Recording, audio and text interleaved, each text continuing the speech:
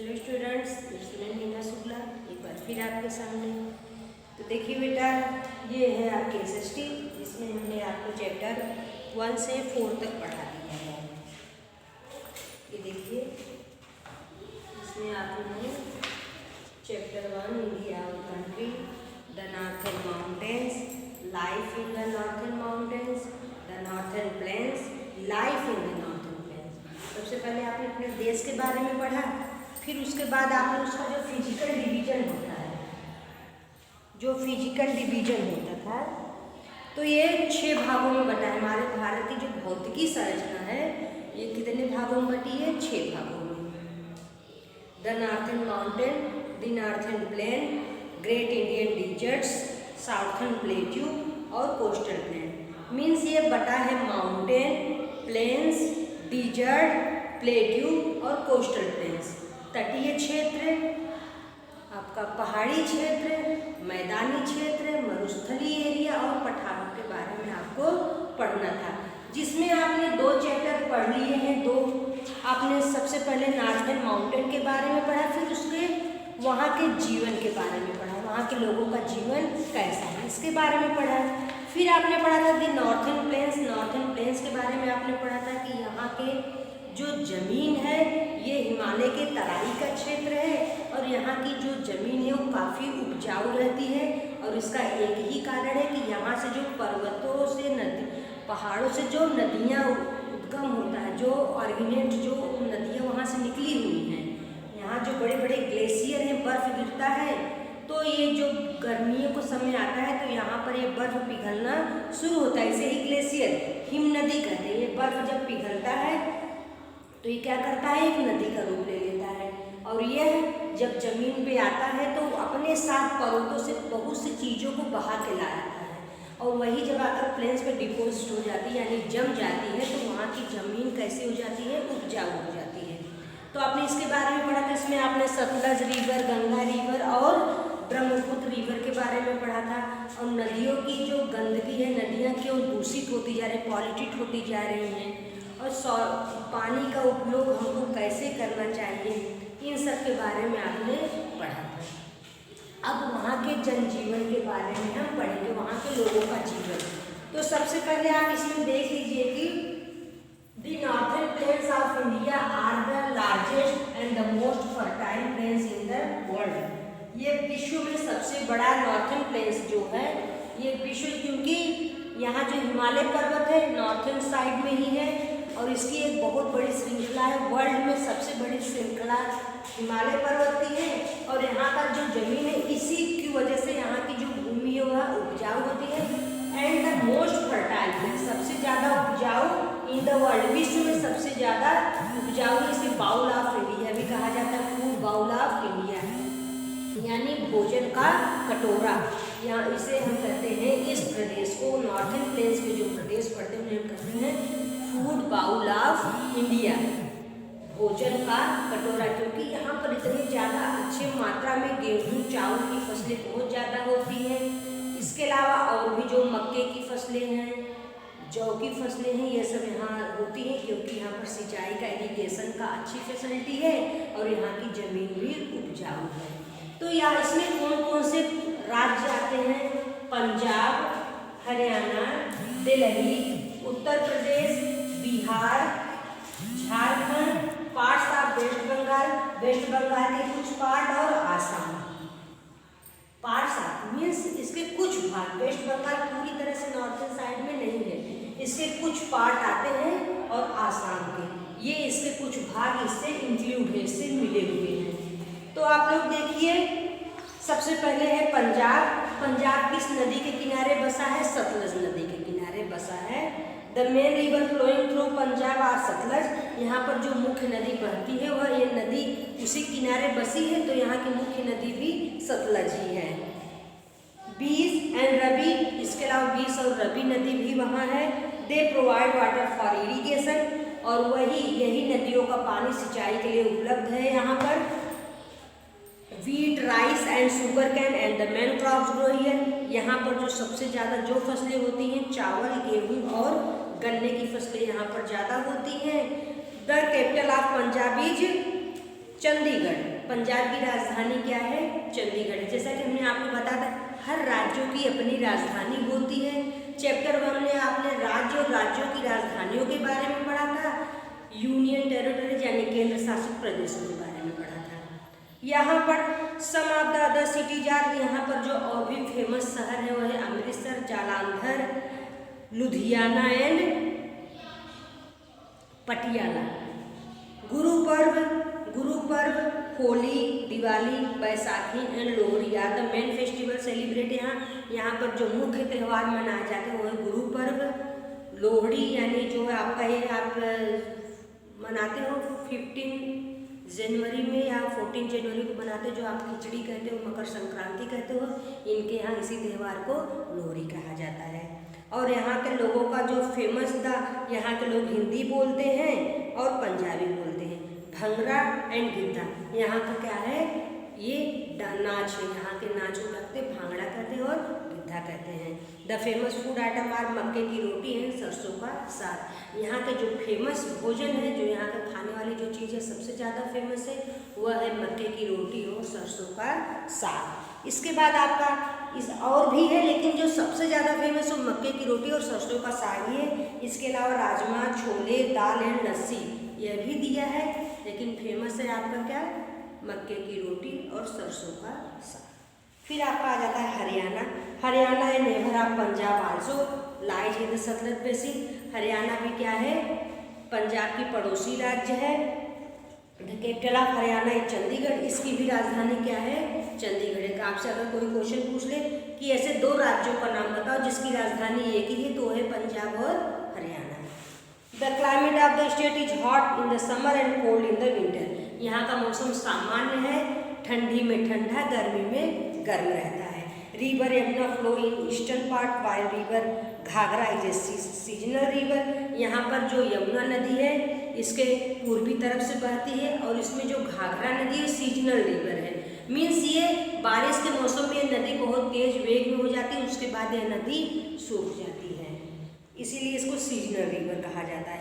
People here are many dependent on agriculture and livestock rearing. यहाँ के ज़्यादातर लोग खेती पे और पशुपालन पे आधारित है। यहाँ इनका यही व्यवसाय रहता है, खेती करना और पशुओं का पालन करना। Wheat and rice are the major crops. गेहूँ, और हमने आपको बताया जो नॉर्दर्न स्टेट है वहाँ पर चावल और गेहूँ ये मुख्य फसल है, व्हीट एंड राइस। तो जिसमें यह है कि यहाँ देखिए ये भी बताया wheat and rice are major crops. यहाँ की जो मुख्य फसलें वो है व्हीट और राइस, चावल और गेहूँ। Many cities of Haryana such as Panipat. यहाँ पर जो मुख्य शहर है वो है Panipat, Faridabad and Gurgaon. Have a lot of industries and offices of big international companies. यहाँ पर ये जो गुड़गांव है ये अपने औद्योगिक क्षेत्र के लिए माना जाता है। गुड़गांव ये फेमस है, इसके लिए इंडस्ट्रियल एरिया इसे कहा जाता है। इसके बाद आपका नेक्स्ट टॉपिक आ जाता है दिल्ली। दिल्ली क्या है? Delhi is the capital of India. Delhi हमारे भारत की राजधानी भी है। ये सभी आप जानते हो कि दिल्ली कहाँ की राजधानी? हमारे भारत की राजधानी है। ये 1956 है। देखिए इसको केंद्र शासित प्रदेश कब माना गया था? 1956 में।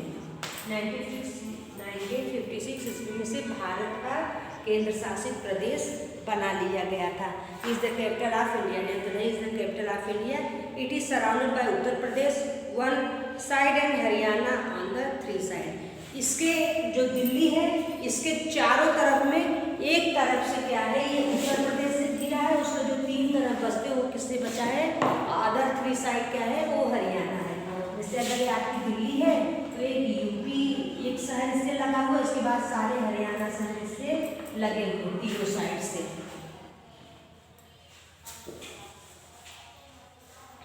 Delhi has many places of tourist interested. यहाँ ये हालांकि हमारे भारत की राजधानी भी है, यहाँ पर कई टूरिस्ट प्लेसेस भी हैं, जैसे कि जामा मस्जिद, रेड फोर्ट, लाल किला, जहाँ पर हमारा ध्वज फहराया जाता है, तिरंगा फहराया जाता है 15 अगस्त को, जहाँ पर राष्ट्रीय झंडा फहराया जाता है 26 जनवरी को, जहाँ पर रैलियाँ निकलती हैं। ये कहाँ निकलती हैं? लाल किले के ऊपर में। कुतुब मीनार है, पुराना किला है, are some of the famous historical monument situated in Delhi. और भी कई ऐतिहासिक इमारत जो यहाँ पर स्थित हैं। Rashtrapati Bhavan, Parliament House, Rajghat and India Gate are also located in Delhi. क्योंकि राजधानी है तो हर राज्यों की जो राजधानी होती है उसका जो कार्यालय होता है, उसका जो ऑफिस होता है वो उसके राजधानी में ही रहता है। तो जैसे हमारे भारत का राष्ट्रपति भवन भी वहाँ है, पार्लियामेंट हाउस संसद भवन भी है, और राजघाट एंड इंडिया गेट ये सब वहाँ पर हैं। इसके बाद आपका नेक्स्ट आ जाता है उत्तर प्रदेश। उत्तर प्रदेश में आप लोग निवास ही कर रहे हो, आपको पता होगा उत्तर प्रदेश के बारे में। Uttar Pradesh is a large and thickly populated state. ये बहुत बड़ा और थिकली पॉपुलेटेड, यानी यह पॉपुलेशन में भी, जनसंख्या में भी यह ज़्यादा है। It lies in the Ganga basin. ये गंगा नदी के किनारे बसा है। Lucknow is the capital of Uttar Pradesh. Lucknow Uttar Pradesh की राजधानी है। इसके अलावा यहाँ जो फेमस शहर है वो है मेरठ, आगरा, कानपुर, इलाहाबाद, वाराणसी। और यहाँ की जो मुख्य फसलें हैं wheat, rice, sugarcane, pulses, oil seeds और द मेन क्रॉप्स। यहाँ पर चावल, गेहूँ, शुगर केन यानी गन्ने की खेती, ऑयल सीड मीन्स तिलहन की खेती, ये सब की खेती सबसे ज़्यादा होती है और अच्छी, क्योंकि ये भी मौसम, यहाँ का भी मौसम कैसा है, not very hot in winter, not very cold in summer, मतलब न ज़्यादा ठंडी है और ना ही ज़्यादा गर्मी है। इसके बाद आपका आ जाता है Bihar. Bihar lies on the eastern Ganga basin. ये गंगा नदी के किनारे बिहार भी बसा है, लेकिन गंगा नदी के पूर्वी तरफ यह बसा हुआ। इसकी राजधानी क्या है, बिहार है। बिहार की राजधानी क्या है, Patna. Patna is the capital of Bihar. Bihar is mildly cold in the winter and hot in summer. ये क्या होता है, ठंडियों के समय में यहाँ पर ज़्यादा ठंड नहीं, फिर भी सुहावना मौसम रहता है, और गर्मियों के समय में यहाँ पर गर्मी होती है। Agriculture is the main occupation of the people. खेती यहाँ के लोगों का मुख्य व्यवसाय है। यहाँ पर जो फसलें सबसे ज़्यादा होती है, rice, wheat, maize, corn and sugarcane are the main crops. The dairy industry is also run in some pocket of the state. यहाँ के कई राज्यों में दुग्ध उत्पादन का कार्य होता है, यानी जो दूध होता है उसके उत्पादन का कार्य होता है। यहाँ के Teej and Chitragupta Puja are other local festival. यहाँ पर जो मेजर फेस्टिवल है, जो सबसे ज़्यादा मनाया जाता है, वो है तीज और एक चित्रगुप्त फेस्टिवल होता है, इसको यहाँ पर मनाया जाता है। इसके अलावा यहाँ छठ पर्व भी अच्छी तरह मनाया जाता है। यहाँ के जो सबसे पूजे जाने वाले हैं वहाँ पर गौतम बुद्ध को, यहाँ जो बोध गया स्थान है, यहाँ पर इनको निर्वाण की प्राप्ति हुई थी और यहाँ पर ही इन्होंने मोक्ष को प्राप्त किया था। इसलिए यहाँ पर यह एक फेमस स्थल है बोध गया, देखने लायक। और वहाँ ज़्यादातर लोग क्या है, बौद्ध धर्म को मानने वाले हैं। इसके बाद आपका आ जाता है वेस्ट बंगाल। क्या आएगा आपका, वेस्ट बंगाल। तो हमने आपको बताया था वेस्ट बंगाल क्या है, सम पार्ट्स, ठीक है, पार्ट्स ऑफ वेस्ट बंगाल। तो कुछ भाग इसका जो है इसमें मिला हुआ है। West Bengal is located towards in the east of Bihar on the plains of river Ganga. Ganga नदी के किनारे, गंगा नदी का जो मैदानी भाग है उसमें यह बसा हुआ शहर है। और ये इस गंगा नदी के मैदानी भाग के पूर्वी तरफ बसा हुआ शहर है। Kolkata is the capital of West Bengal. West Bengal की राजधानी क्या है, कोलकाता है। The climate is hot and humid. यहाँ का मौसम क्या है, गर्म और नमी युक्त रहता है। थंडर स्टॉर्म काल बैसाखी, यहाँ पर जो बादल गरजते हैं इसको क्या कहा जाता है, काल बैसाखी कहा जाता है। The Ganga and the Brahmaputra river flow through the state. यहाँ पर जो नदियाँ बहती वो है गंगा और ब्रह्मपुत्र नदी यहाँ बहती। यहाँ की जमीन जो है, this river have made this plains are very fertile. यही नदियाँ हैं यहाँ के जमीन को उपजाऊ बना देती हैं। Farming and fishing are main occupation. यहाँ के लोगों का मुख्य व्यवसाय है मछली पालन और खेती करना। यहाँ पर जो सबसे ज़्यादा फसलें होती राइस और जूट की फसलें यहाँ पर सबसे ज़्यादा होती हैं। और यहाँ का जो सबसे फेमस स्वीट्स है वो है रसगुल्ला। यहाँ का रसगुल्ला सबसे ज़्यादा फेमस है। और यहाँ पर रसगुल्ला और एक मिठाई है संदेश, यहाँ के लोग इसे सबसे ज़्यादा खाते हैं और ये फेमस भी है। इसके बाद आपका आ जाता है आसाम। आसाम भी है, इसका थोड़ा सा पार्ट है। Assam is a northern eastern state of India and it lies the Brahmaputra basin. ये क्या है, यह आसाम जो उत्तरी पूर्वी तरफ, इसीलिए हमने कहा ना पार्ट है, ये क्या है पार्ट है, उत्तरी और पूर्वी दो भागों में, मतलब इसका आधा ये पूर्व क्षेत्र में है और आधा ये नॉर्थ के बीच में बीच में पड़ता है, यानी नॉर्थन ईस्टर्न पार्ट में यह पड़ता है आसाम। इसकी राजधानी क्या है, Dispur. The region is prone to flood. यहाँ जो जमीन है ये क्या है, बाढ़ है, यहाँ बाढ़ ज़्यादा आती है, यहाँ वर्षा ज़्यादा होती है और यहाँ पर बाढ़ भी ज़्यादा आती है। River Brahmaputra inter India from Arunachal. यह जो ब्रह्मपुत्र नदी है वह जब इंडिया में आती है तो किससे, अरुणाचल प्रदेश से होते हुए अपने भारत में प्रवेश करती है एंड फ्लो थ्रू आसाम, और वहाँ से आते हुए कहाँ मिलती है, आसाम में जाकर गिरती है, मेकिंग इट फर्टाइल, और यहाँ की जमीन को क्या बना देती है, उपजाऊ बना देती है।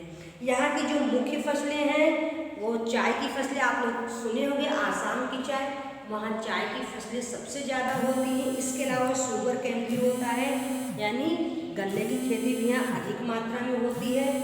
Cane and bamboo craft are important occupation. यहाँ पर बम्बू और कैन जो बांस की सीखें होती है इनसे बने घर भी होते हैं, क्योंकि यहाँ पर वर्षा भी ज़्यादा होती है, इसलिए यहाँ के लोगों का घर जो होता है वो वैसे बांस के स्तंभ पर बनाया जाता है, बड़े बड़े पोल्स स्तंभ बनाकर तो उस पर घरों का निर्माण किया जाता है, क्योंकि यहाँ पर वर्षा ज़्यादा होती है, बाढ़ आने की संभावना है सबसे ज़्यादा रहती है, इसलिए यहाँ के घरों को ऊंचाई पर बनाया जाता है। और यहाँ का जो सबसे फेमस फेस्टिवल है Bihu is the important festival of Assam. Assam का जो सबसे फेमस फेस्टिवल मनाया जाता है इसे बिहू कहते हैं। तो देखिए जो बिहू आपने पढ़ा, लोहड़ी पढ़ा, ये सब क्या है, ये फसलों के कटने पर जो मनाया जाता है त्यौहार उसे कहते हैं। तो यहाँ के लोगों जब ये फसल इनकी कटती है तो ये कौन सा त्यौहार मनाते हैं, बिहू। और rice is the staple food. यहाँ का जो मुख्य भोजन है वह है चावल। यहाँ के लोगों का जो सबसे ज़्यादा खाने वाला चीज़ वो है चावल, क्योंकि यहाँ पर चावल की खेती ज़्यादा होती है, इसलिए यहाँ का जो स्टेपल मुख्य आहार है वह है चावल। तो देखिए यहाँ का जो एक तेल परिशोधनशाला, ऑयल रिफाइनरी सेंटर डिगबोई, ये सबसे फेमस है। यहाँ जो कच्चे तेल आते हैं इनको मैन्युफैक्चर्स करके इसको साफ किया जाता है और इसको बाज़ारों में निर्यात किया जाता है। तो जो यहाँ का जो फेमस ऑयल रिफाइनरी सेंटर है वह है कहाँ है, डिगबोई में है। तो देखिए बेटा, तो ये आपका हो गया चैप्टर, जिसमें से आपने इन प्रदेशों के राज्यों के बारे में पढ़ लिया। हमने बताया एक बार आप लोग भी घर पे अच्छे से इस सारे राज्यों के बारे में पढ़ेंगे, वहाँ के लोगों का कपड़ा कैसा होता है, वहाँ के लोगों का मुख्य भोजन क्या है, वहाँ के लोगों का मुख्य व्यवसाय क्या है, यही है इसमें। तो एक बार आप लोग घर पे अच्छे से इसे रिवाइज करिए। इसके अलावा बेटा आपको मैं चैप्टर 4 तक का जो भी आपका एक्सरसाइज नहीं है, आपको अगर नहीं मिला है तो आप उससे पूछ सकते हो मुझसे, जो आपको नहीं मिला है आपको चैप्टर 4 तक कंप्लीट करना है। जिसमें आपको कोई भी प्रॉब्लम आती है तो आप अपने ग्रुप में डालिए, पूछिए उसे और अच्छे से पढ़िए। स्टूडेंट, तो मैं फिर आपके सामने चैप्टर नंबर 6 लेकर आऊँगी। Watch me again, bye.